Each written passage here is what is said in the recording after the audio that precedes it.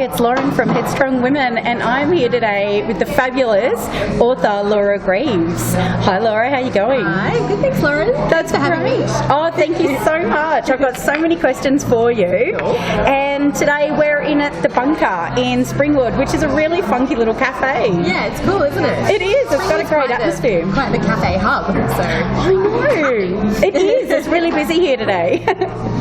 So, Laura, you're a multi-published author with a brand new novel that's just hit shelves before Christmas, and it's called 2 Weeks Till Christmas? Yes. Yep, it is indeed. Yep.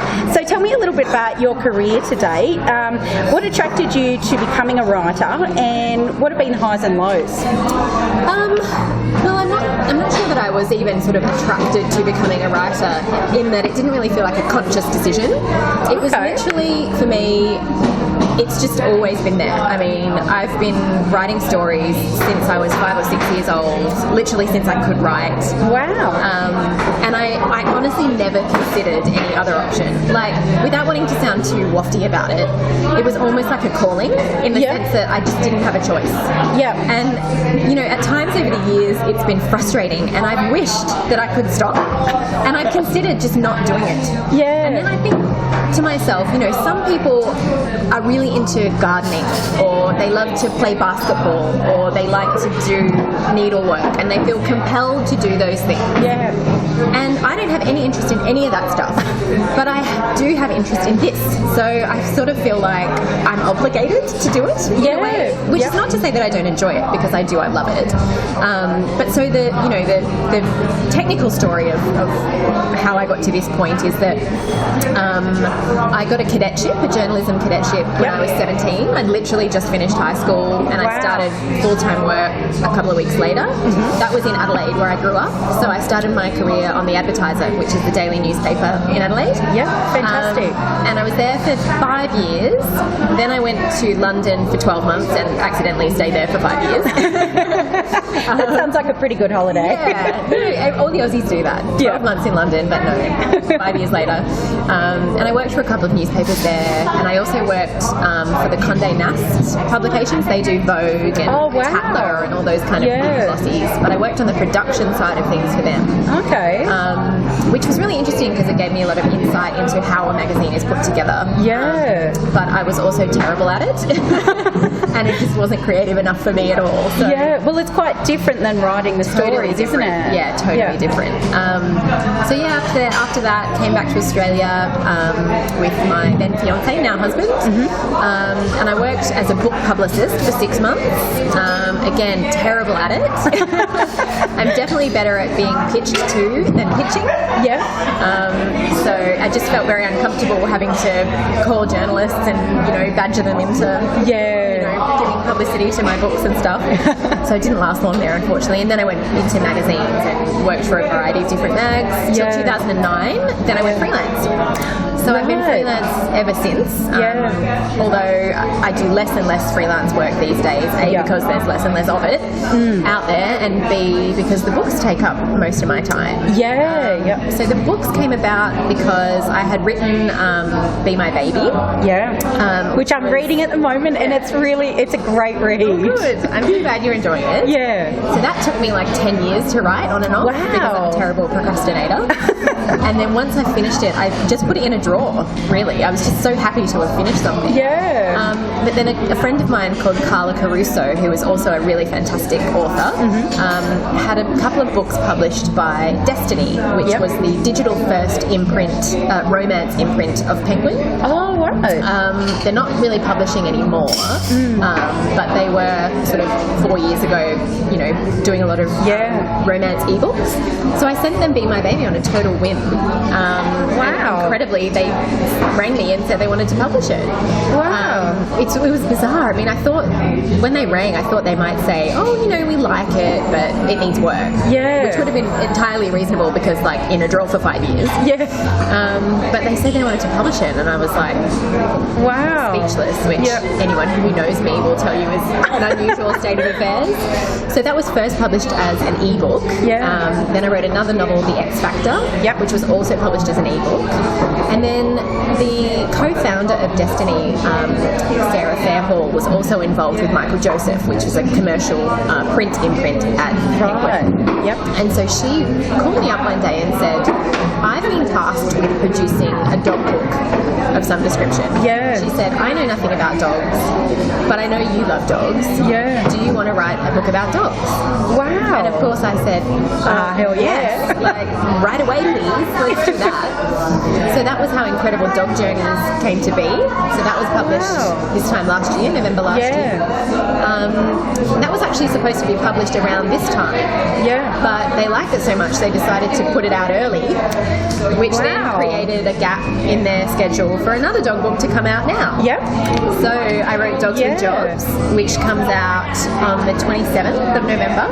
Yes, and it's got the cutest cover. It's adorable, isn't it? Yeah. So that one's all about working dogs, but not just the working dogs that we tend to think of. So not just guide dogs, not just police dogs, not just sniffer dogs, although they are in the book. Yeah. But also, there's a tiny Dachshund that runs ultra marathons, and there's I would love to see that. yeah, there's a little dog who is a guide dog for another dog, for a blind dog. Wow. There's a dog who works at the Australian Maritime Museum whose job is to chase seagulls away from the boats. Oh, really? I mean, it's just the scope That's of what dogs can do amazing. is just incredible. Yeah, so that's coming out. And then, yes, 2 weeks till Christmas came out this week. Yeah, this Monday just gone. And that was another interesting how that came about. Sarah, the original publisher, moved on. Yep. And her replacement said to me, do you want to write a romance about vets? And I said again, I definitely do. Yeah. So I guess I've kind of hung my hat on the whole crazy dog lady animal thing. And people are getting to know me for doing that, which is totally fine by me. I could write books about dogs for the rest of my life and be perfectly happy. Yeah, that's great. And it's so long-winded. It's so interesting because you've seen it from so many different avenues, and you've really seen like how the industry is changing as well, going from print media to digital, and also going from like commercial magazines to novels to non-fiction. It's you've seen it all. I like to be a jack of all trades, I suppose. Yeah, it's great. It keeps things interesting. Yeah, for sure. So I often get asked by clients about whether they should turn their writing into which might be their hobby, into a career. And part of my advice is usually to consider how the relationship between your hobbies is going to change when it becomes something that you do for work. What are your thoughts on that? I think that's a really valid point, and that is definitely something that people should consider. I mean, for me, writing, except for very early on, it was never a hobby. It's always been my job. First as a journalist and now as an author. I've always earned a living, although not a great living, but a living from writing. But it definitely does change, I suppose, the creativity or the passion in a sense. Because, although writing is my passion and dogs are my second passion, you're working within certain parameters that you've agreed with your publisher, and so I mean, I'm very fortunate in that I pretty much have creative freedom, about whatever. Even when I submit a novel and their editorial notes come back, they say, we think this should be changed, or you should do this, or you should do that, but they always say, but at the end of the day it's your book, so you don't have to do that. In the most of the time, the points they've made are really valid, and I will make all those changes. But for example, in 2 weeks till Christmas, there was a point with the timeline that they thought I should tinker with, that I decided not to in the end. So you can always kind of push back, or so they're kind of flexible parameters. Yeah, definitely. So I mean, I suppose if you're going to try and turn writing into a career, if you're not going to make much money out of it, it's going to be frustrating. Because you'll have limits on what you can do and what you can write and when you have to submit things and all of that. And if you're not being properly compensated, that can just wear you down a little bit.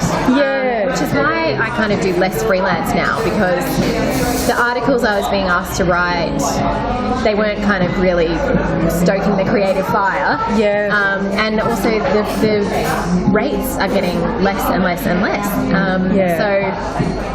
And there's a lot of free work out there now as well, isn't there, with non-journalists, shall we call them?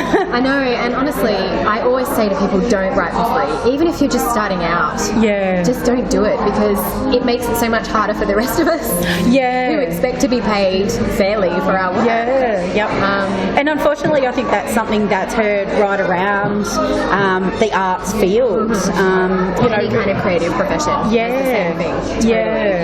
So, I mean, I guess the bottom line, what I would say is, if you are passionate about it, then definitely do it. But just be prepared that the way you approach it will have to change if you want to make a living from it. No, that's great, and it's really, really good to get that perspective of somebody who's doing that so successfully and is quite realistic about it. And I would also say, even if you just decide you do want to go down that path, also have something that you do just for the fun of it. So even when I'm writing a book, I have other projects on the go that are just for me. So for example, with a group of other romance writers, we put out a series for seasonal anthologies of romance short stories. Oh wow! And we just publish them for free. You can download them, and you know, we just did that to flex our creative muscles, I suppose, and give us something to do that was purely fun. Absolutely. No deadlines, no kind of editorial parameters on it. And that's like the hobby. Totally. And that's the other part of my usual advice, is that make sure that you have something else as the hobby, because there's going to come a time we need to do something just fun. Definitely. So you've written both fiction and, like I said before, I am really enjoying being my baby. And non-fiction, like The Dogs with Jobs that's about to come out. What's been your favourite genre and why? It's kind of like being asked to choose a favourite child.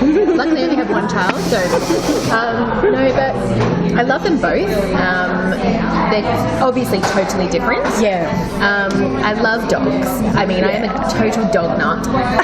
So, you know, meeting the people, the dog owners and the dogs that have been in my dog books. It's moving, it's emotional. I really, you know, I've become friends with some of these people. And I love that aspect of it. Getting to know their stories and just, you know, I've had some incredible conversations with people, and you know, those kind of conversations where you just feel like the universe has brought you to meet that person so that you can learn something from them. I love that. And non-fiction is a lot easier for me to write. That's interesting. So even though there's a lot more that goes into it in terms of interviews and research and stuff, the actual writing of it is way easier for me than fiction. Wow, I think probably because I've been a journalist for so long. So writing these books, it's like long form journalism. So each chapter in the book is like a long feature story. Whereas fiction, I mean, in the one sense, fiction is easier because there's no research. I mean, there might be a little bit, but there's no interviews, or it's maybe a Google here and there to check something. But for the most part, it just comes out of my head. In that sense, it's easier. But structure and you know, dialogue and that sort of stuff, it's much slower going than the non-fiction stuff. So I love them both, but for very different reasons. Oh, that's really interesting. So outside of writing, and according to social media, not that I'm a stalker, you're a runner, you're a really busy mum, and you're a wife and a friend and an absolute dog lover. What's your advice to other busy women who are wearing multiple hats? Well, first of all, I would say, man, it's so hard. It is so hard. Like, I'm not going to sit here and pretend like that stuff all just happens, because it takes so much work and organisation, and I'm exhausted all the time. Yeah. I think there's so many women right now who are just sighing along with you, saying yes. But it just gets done somehow. I mean, that's kind of my motto. Like, I'll look at my to-do list on a Monday morning and think, how on earth am I possibly going to do all of these things? Yeah. But somehow by Friday afternoon, they're done. Yeah. They just get done. Yep. I really like that as a motto, actually. Yeah. Somehow it always gets done. Somehow. I mean, you have to actually do it, but but it gets done. But another thing that I would say is my husband is incredibly supportive of me. He is very much of the belief that the household work and the parenting work should be shared equally. Brilliant. And I know a lot of women, a lot of friends whose husbands are not of that school of thought. Yeah. And for me, you have to demand it. You have to insist. Yeah. And if you're not in a couple, you have to find help somewhere else. Yeah. Whether that means, putting your kids in daycare one day a week, asking your mum if she can babysit one afternoon a week, outsourcing the cleaning. Not everyone can afford to do those things, but a lot of the time I think people will find family and friends are happy to assist, even for a few hours a week. And if you are in a partnership, that your partner has to help you. Absolutely. Like, you have to insist on it. Yeah, I think you're both adults. Yeah. And both adults have responsibilities, don't we? And I've had people say to me, because my husband works out of the home, my job is home-based. I write my books at the dining table. People say to me all the time, like, "Oh, isn't it lucky that you don't have to work?" I'm like, "What's that now?" No. But that's people's perceptions sometimes. And I am a feminist, but I don't even think it's a feminist thing. I think it's just being a decent person. Absolutely. Means you shouldn't expect your partner to shoulder all of the load. I'm nodding along because it's a no-brainer. It's just really simple, isn't it? It doesn't need to be said, or it shouldn't need to be. And in a perfect world, women wouldn't have to ask for help. Their partners would recognise that they need support, and they would step up and offer it. And they would offer it without making them feel guilty, which I think a lot of people tend to do. They kind of make you feel like they're doing you a favour by doing the bare minimum. That's it. Or by cooking dinner. No, you're not into that. I don't. My husband lives in our house also, and therefore part of the obligation to keep it clean and tidy and make sure there's food in the cupboard and that our kid has clothes on her back is his. Absolutely. So that's what I say. That, when you're handling the juggle, you've got to get help, even if you have to stomp your foot and demand that the other people in your house pull their weight. You've got to do it. You have to. Definitely. and like you say too, if you're not in a couple, it's about any of those relationships that you're in, whether they're friendships, professional, and engaging services like daycare as well. It's really through all the relationships that you've got. Demanding help and accepting it. Definitely. Accepting it. I mean, honestly, I know that many women who are like, it's fine, but it's not fine. You've got to take the help. It takes a village. It's not just a village to raise a child. It's really, it takes a village for all of us, doesn't it? And we look at women in particular now, and we seem to think that they should be able to do everything. But why should we? Why? We're not superheroes. No. I mean, we kind of are, but not in a literal sense. In a literal sense, we need someone to, give us 5 minutes to have a life outside of parenting and work, and to just have something for us, I think. Absolutely. And I think we're working at breaking down that stereotype and that expectation, but God, it's taking a long time, isn't it? It is. And I think the more women that speak out about it and say it doesn't just happen. And when you see modern 21st century intelligent, enlightened women who think it's okay that where they never get a sleep in, for example. Like, on a weekend, I get up with my daughter on a Saturday, so my husband has a sleep in. He gets up with her on a Sunday, so I have a sleep in. I know tons of women whose husbands sleep in all the damn time. They get up every morning with the kids, and I'm like, what? Yeah, no. That's not equality, it's not equity, it's not on. Exactly. Yep. Fight for your sleeping ladies. Exactly. So kind of continuing on with that discussion about women as well, writing's been a profession in which women have been involved in for a really, really long time, but historically a lot of women have actually used male pen names and there hasn't been a lot of recognition. So what's your perceptions of the industry these days? Is there still a lot of that happening, or are we moving towards far more equality and representation? I definitely think we are. Yep. Yes. Good. And I think I see it more because I write, my fiction books are romance. Yeah. So most romance writers are women. Yeah. I'm very involved with Romance Writers of Australia. I'm on the committee. It's the peak body for romance writers in Australia, as the name suggests. And it's just the most fantastically supportive, dynamic group. And these women are just doing such incredible things. Not just writing incredible books, but doing amazing things in terms of marketing and just improving the visibility of the genre and of women writers as a whole. There's also some really great Facebook groups that I'm part of that are all women writers. Great. And that's kind of a double-edged sword, because on the one hand it's great to be in such a supportive community of women, but on the other hand there are frequently stories shared in those groups of women who have been overlooked in favour of men, or mansplained to, that kind of thing. And we know there's research that shows books by male authors are reviewed more frequently than books by female authors in terms of actual column inches. So we've got a way to go for sure. But I think the support, the groundswell of support among women writers is growing exponentially kind of by the day. So if you are a woman writer, there is more support for you from other women writers. And perhaps collectively we can then agitate for better representation in the press, in the media, better advances, better contract deals, all that kind of stuff. Oh, that's fantastic to know that there is such a good body out there, and there's a few really good bodies of women out there. There is, doing that. And I think it's probably one of the best aspects of things like social media now as well, is that there's so much less isolation. You can find your tribe, absolutely. And what's great too is that, like, some of the actually all of the groups that I'm involved with are supportive of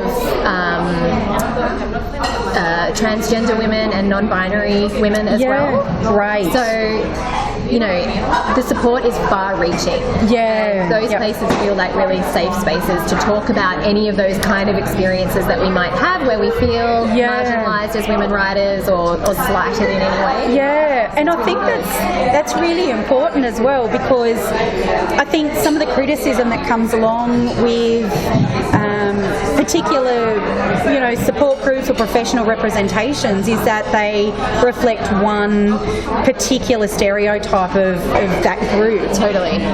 So that's great. So I would encourage any women writers who are listening, go on Facebook and look for Binder Full of Australian Women Writers. It's really fantastic. That's great. Facebook group. Super supportive. Fantastic. So can't recommend it enough. And also join Romance Writers of Australia if you're writing romance. Definitely. So are you a big reader yourself? Yes. Who are your favourite authors? Well, my favourite books, my all-time favourite books are Jane Eyre. Oh, good choice. And Anne of Green Gables. Anne of Green Gables is the book that has had the single biggest impact on me as a person and as a writer. I would not be a writer without that book. I know so many women around our age who say this. I know, and she speaks to us all on some some level, I think. Oh, she does. I just love her ability to stand up for herself from such a young age. Yeah. You know, she just didn't take crap. No, and she's just unapologetic. Yeah, Like, she's just herself. She talks too much, and she has these like crazy flights of imagination, and she's all like, "This is me, people. That's it. Accept me, Gilbert Blythe." Exactly, and I'm not changing. Yeah, so I love that about her. Yeah. So those are my two favourites, but I read, I'm a real gothic kick at the moment. Oh. Yeah, I'm reading Rebecca for the first time. I don't know how I got to be this age and have never read Oh that my book. goodness, by Daphne du Maurier. Yeah. It's really funny. I was discussing Rebecca with my mother yesterday.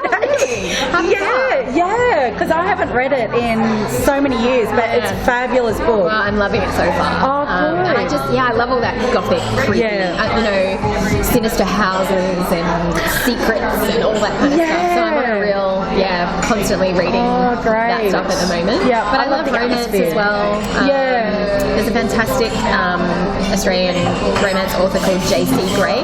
Okay, J.C. Gray.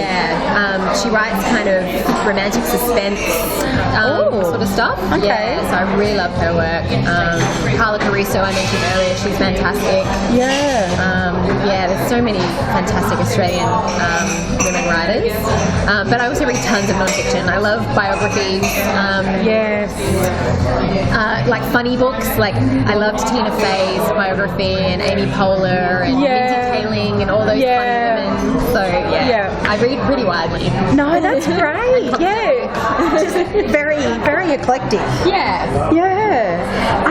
So you're experienced with writing and editing for health and parenting magazines as well.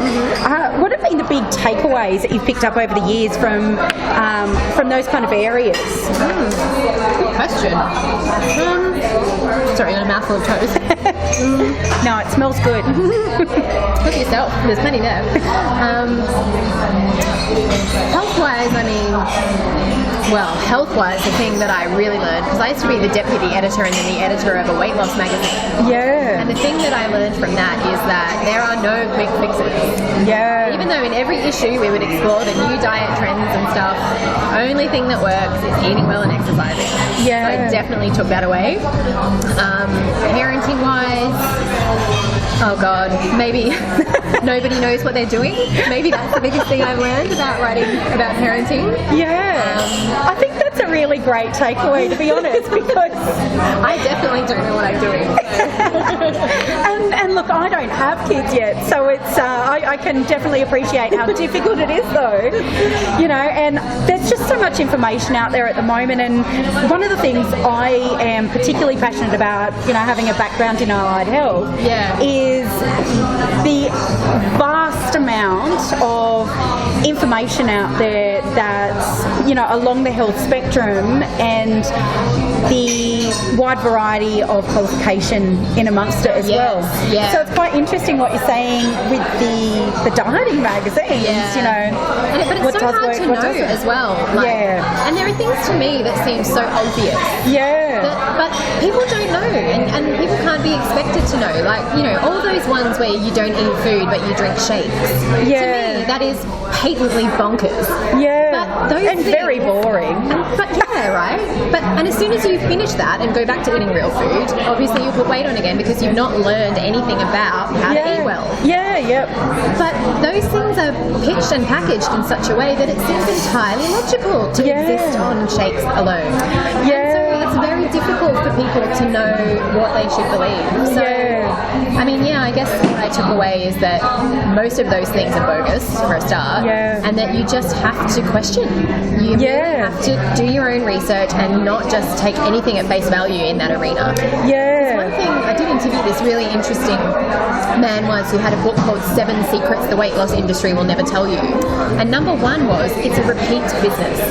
It is. They don't want you to succeed. They want you to fail so that you'll keep coming back. Yeah, and it's really the only industry where the goal is failure. Yes, isn't exactly. it? Because without that, it's non-existent. It ceases to exist. That's exactly right. So, yeah, and as you say, there are parallels there with parenting because there's so much conflicting advice. Yeah, you just have to be questioning. You just have to analyse it and also think about what aligns with your own values as a parent. Yeah, there's so much stuff that I just think, I'm very appreciative of the gentle way of parenting and understanding that a 3-year-old can't control their emotions and that we need to be, have empathy for that. But at the same time, sometimes I just need my kid to put her shoes on so I can get out the door. So I can't always be, supportive and coaxing her through things. And so you have to pick and choose and figure out what works for you. I think it's the only way. Otherwise, you just drag yourself nuts. Yeah. So maybe even pulling yourself out of that spiral of looking at all this different conflicting information. And the other thing too is that everyone's got an opinion. Yeah. Everyone's got an opinion about parenting, and I just, people are really judgy about parenting, and I can't be doing that. I don't buy into that at all. No. So choose what you're buying into. Exactly. Whatever gets you through the day, honestly. So we're both fans of vintage. What's your era and what are the objects that you really covet? Okay, well, I love vintage dresses are my key thing. Oh, lovely. I love the 50s because that silhouette looks best on me. And it's just so flattering, I think, on everyone, isn't it? That beautiful big skirt. And the little nipped-in waist. Yeah. I love that. So I do have an extensive collection of 1950s dresses. But in terms of, in general, not just fashion-wise, I'm obsessed with the 20s. Completely obsessed with the whole jazz age, lacquer vibe. I mean, oh my God, I think I was just born in the wrong decade because it just seems so glamorous, doesn't it? It does. Speakeasies and I know. It even makes cigars look really glamorous to me. I love all of that. And so, now in this house that we've just moved into, it's very much a blank canvas. Like, it was built in 2003, so it has no character. Yeah. So I feel like I can probably get away with a few great 20s pieces here and there. That whole vintage meets modern kind of thing. Definitely. So I'm looking fantastic. for the perfect. Actually, the other day I was driving just down the road, and someone had put this amazing Art Deco cabinet on the side of the road. Yeah. And I was like, I can't get that in my car. It's terrible. I can't fit it in. So I had to leave it, and then later it was gone, and I was very upset. Yeah, it's terrible, isn't it? It just tugs at your heartstrings. Yeah. See, I think about that cabinet forever. I know it. I know I will. Look, that's how I got my last bookshelf, which was probably around 30s. Yeah. And you throw these things out.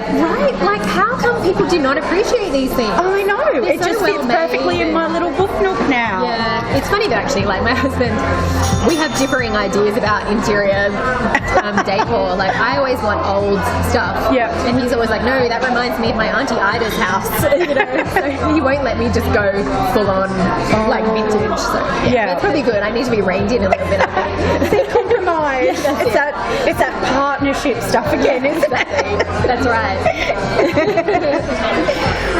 So we've already talked about you writing about dogs, and I can see the glint in your eye.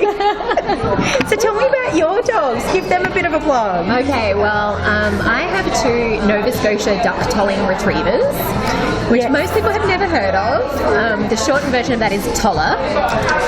Right, I didn't realise that that Toller was them. There you go.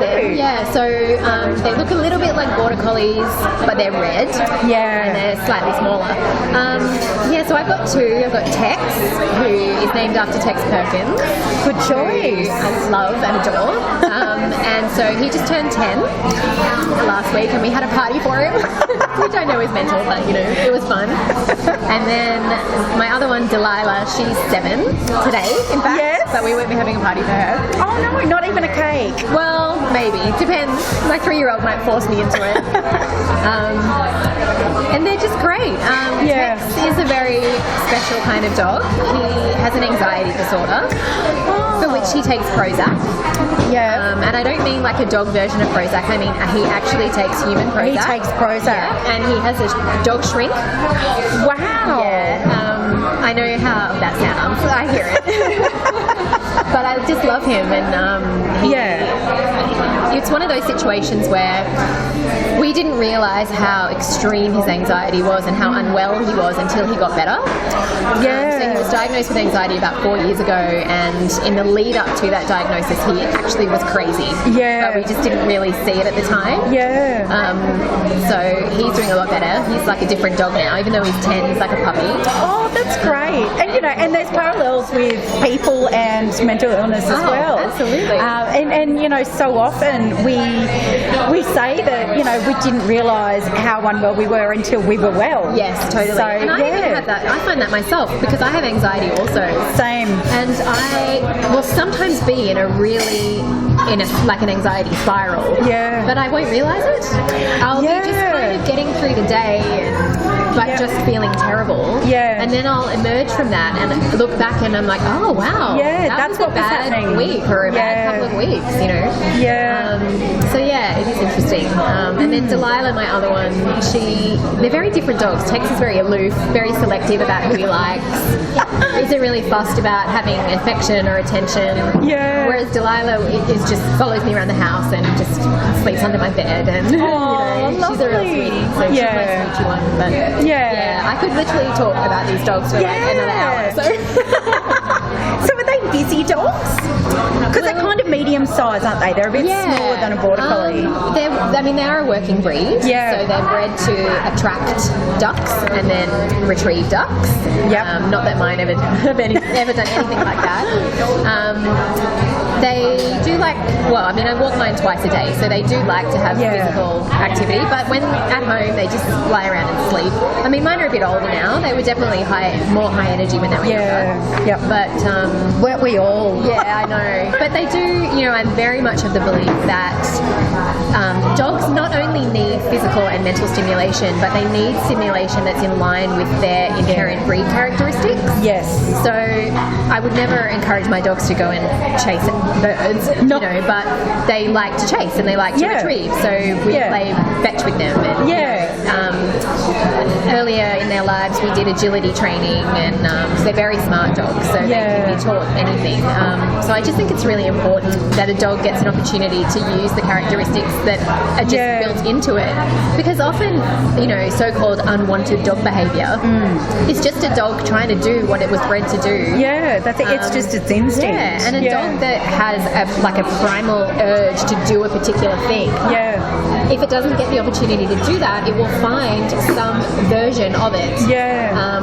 And usually its owner won't like that version of it. Yeah. So it's up to us, I think, in the interest of having healthy, well-balanced dogs, to give them that opportunity in some appropriate way. Yeah, absolutely. Kind of like toddlers, really. Yes, that's right. Yeah, if you don't let them do what they want to do, they will find some way of like tormenting you. Of letting you know. That's right. Like, for example, in my new book, Dogs with Jobs, there's a story about 2 Maremas, and they are livestock guardians.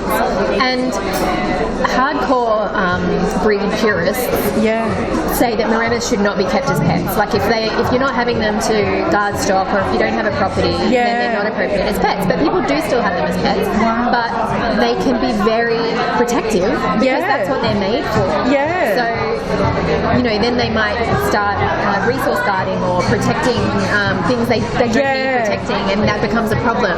Yeah, all they're trying to do is do what every cell of their body is telling them to do. Yeah. So you're right, it's a really bad mismatch. Yeah. Exactly. So people need to really understand the breed that they're getting and be willing to provide those opportunities for the dog to do what it needs to. Yeah, I agree. I think often people get pets more for themselves without recognising that they're a living being. Oh, totally. And they have needs, and we need to respect that. Yeah, I mean, a dog is, the protagonist of its own movie, just as we are all the protagonists in our own movies. That's it. They do. They have things that they want to do, and they have things that they need to do. And this is what I always say. This is kind of my motto: is that dogs are a gift we don't deserve. They do so much for us, and they just want the most basic things in return. And so often people are not willing or able to give them those things, and that makes me very sad. It does. It is. It's hard being a pet lover. I mean, I see a lot of all the time people surrendering their dog because they can't look after it anymore, and it's like, you go out of the house every day and you have a job and a life, and but you are that dog's life. That dog is in the house and all it wants is you to come home. If you come home and you can't spend 15 minutes to take it for a walk around the block, then it's a gift you don't deserve. Absolutely. I couldn't agree more. So I guess that leaves one really obvious question. I'm a cat lady. You're a dog lady. Can we ever be friends? Do you know what? I am a cat lady also, but I am terribly allergic to cats. Oh no! So if I wasn't allergic to cats, I would have many, many cats and many, many dogs, and we would all live happily ever after. Oh, fabulous. So I have no beef with cats whatsoever. I think cats are fabulous. I love dogs too. I'm not sure that my cat would. Well, I mean, God, my dogs I do not think would tolerate a cat. No. We had this terrible thing once where at our old vet where we used to live, they have a clinic cat, and she kind of roams around. And because I knew that, I was always very careful to keep a strong hold on my dogs. But one night we were the last patients for the night, and we came out of the consulting room into the waiting area where the cat would normally be. And the vet said, "Oh, don't worry, you're the last ones for the night. The front door's locked. You can just let the dogs go." Both of us forgetting that the cat would be out. So the dogs saw the cat and took off after this poor cat. Oh, it was just so terrible. But the thing was, they chased her into a corner. And then they just stood there looking at me as if to say, well, we didn't kind of expect to get this far, so what do we do now? I mean, can you some guidance here? It was terrible, and I just felt so guilty. But in the end, they were like, "Oh, okay, well, here we are. We've got this cat, and we're done, I guess." It's a little bit anticlimactic, really, isn't it? Probably not for poor old Fifi, but certainly for dogs. Oh, thank you so much for your time. That's okay. It's been so much fun. It has been fun. I appreciate it. Best of luck with your new books. Thank you. Thank you.